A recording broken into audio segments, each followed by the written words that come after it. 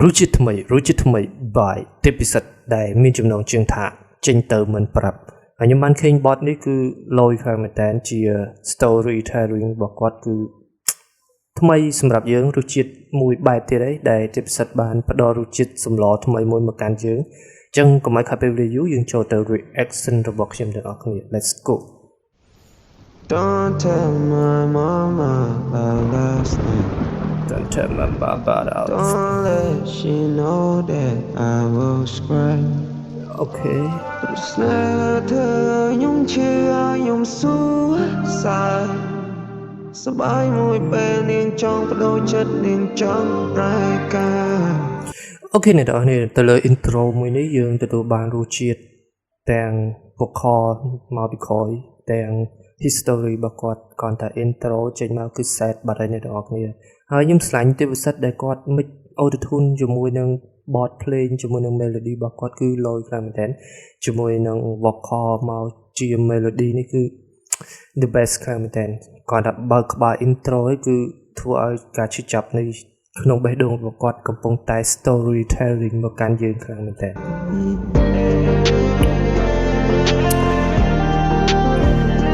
ហើយអ្វីដែលយើងឃើញទេពពិសិដ្ឋគាត់មិនសូវជាលេងវីដេអូអីច្រើនទេគឺវីដេអូគាត់សាមញ្ញប៉ុន្តែអ្វីដែលគាត់បដោតគឺទៅលើ beat melody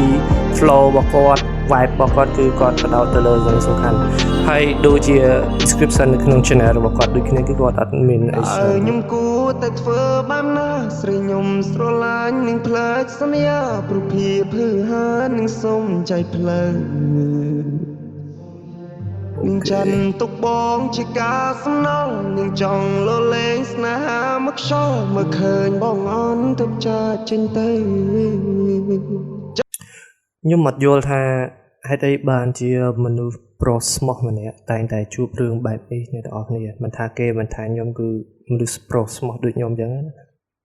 គឺតែងតែជួបរឿងដែលយើងពិបាកនឹងទទួលយកមុននឹងបានជួបមនុស្សដែលយើងអាចបន្តដំណើរជីវិតយើងរហូតដល់ចាស់គឺបែបនេះអ្នកទាំងអស់គ្នាអញ្ចឹងជា storytelling របស់គាត់គឺមកកាន់យើងទាំងអស់គ្នាដែលអ្វីដែលគាត់ឆ្លប់ឆ្លងកាត់ជាមួយនឹងដៃគូរបស់គាត់គឺគេធ្លាប់បោកប្រាស់គាត់អញ្ចឹងណាទៅមិនប្រាប់នាងចង់ស្លាប់បងព្រមស្លាប់បងលុតចង្គង់ទ្រាំឈឺចាប់ឈប់មើលចាចេញក្រំតែមិនអ៊ូឡាប់អនុស្សាវរីយ៍ពួកយើងទាំងពីរពេលនេះបានคล้ายទៅជាធូលីលេងហ៊ានរំខានអូនហើយចៅវីអូនហើយចៅវី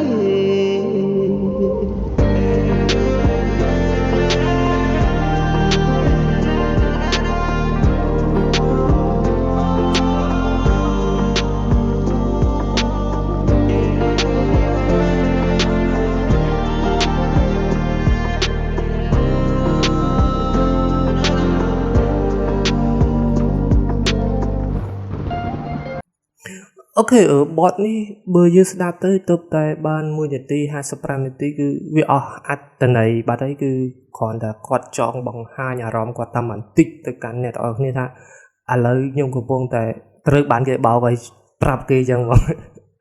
ពីព្រោះថា bot អ្វីដែលខ្ញុំឃើញ bot ទេពពិសិដ្ឋគឺគាត់ចេញមកមួយ bot នេះគឺខ្លីខ្លាំងមែនទែនទៅលើ lyric យើងស្ដាប់ទៅបានន័យតែច្បិចយកតែបន្តិចទេទៅលើការចាក់ចេញរបស់អ្នកស្រីដែលចាក់ចេញទៅទាំងដែលមិនបានប្រាប់គាត់មួយម៉ាត់ថាព្រោះហេតុអីគាត់លន់តួខំប្រឹងលុតជង្គង់អង្វរគេយ៉ាងណាក៏គេនៅតែចាក់ចេញពីយើងព្រោះថានៅពេលដែលនោះម្នាក់គេអស់ចិត្តហើយអស់ចិត្តចេញពីយើងគឺគេចាក់ចេញទៅទាំងបែបនេះហើយអ្វីចូលចិត្តធ្វើបាបផ្លូវចិត្តបរោះស្មោះដូចជាអ្នក reaction មួយនេះឬក៏ដូចជាមនុស្សប្រុសស្មោះទូទាំងពិភពលោកដែលទទួលរងភាពឈឺចាប់បែបនេះតែងតែជួបអ្នកស្មោះពិបាកហ្មងអ្នកទាំងអស់គ្នាត្រូវតែមានការគេបោករហូតបទនេះខ្លីទេអ្នកទាំងអស់គ្នាធ្វើឲ្យយើងស្ដាប់ថ្មីប៉ុន្តែវាខ្លីសម្រាប់ពួកយើងបើវារៀងវែងឲ្យមាន beat មាន flow អីថ្មីច្រើនជាងនឹងបន្តទៀតវាអាចយើងបានស្ដាប់រៀងយូរចឹងទៅវាអែមខ្លាំងមែនប៉ុន្តែបទនេះគិតថាវាខ្លីមែនប៉ុន្តែន័យវាក៏មិនបានជាសម្រាយអីច្រើនដែរគាត់គ្រាន់តែដូចបើយើងនិយាយគាត់ស្ដឹង ស្ដោះមួយម៉ាត់ចោលលក្ខណៈអញ្ចឹងចឹងអ្វីដែលគាត់បង្ហាញគឺប្រមាណ clear នេះគឺចង់បង្ហាញទៅយើងការឈឺចាប់របស់គាត់បានបង្ហាញតែប៉ុណ្្នឹងទេចឹងចង់ដឹងប្រហែលជាអាចមានបទ storytelling របស់គាត់មកបន្តទៀតចឹងយើងចាំតាមដានទស្សនានៅវគ្គបន្តរបស់គាត់បន្តទៀតតែឥឡូវនេះគឺបទគាត់បានបញ្ចប់ហើយចឹងសង្ឃឹមថាអ្នកទាំងអស់គ្នាបានស្ដាប់នៃការ reaction របស់ខ្ញុំគិតថាវាដូចជាអត់ដឹងថា react ទៅវានៃរបស់ខ្ញុំបានក្តោបឲ្យអ្នកទាំងអស់គ្នាកាន់តែបានទស្សនាទៅវាយល់នៅអត្ថន័យនៃបទនេះទេប៉ុន្តែអ្វីដែលខ្ញុំចង់បញ្ជាក់ថាវាខ្លីពេកអញ្ចឹងធ្វើឲ្យយើងការសម្រាយរបស់យើងវាក្តោបអត់បានច្រើនទៅកាន់អ្នកទាំងអស់គ្នាអញ្ចឹងជួបគ្នានៅវីដេអូក្រោយ see you next time ពីព្រោះថាបទនេះវាខ្លីអញ្ចឹងសូមខ្លីដែរអ្នកទាំងអស់គ្នា bye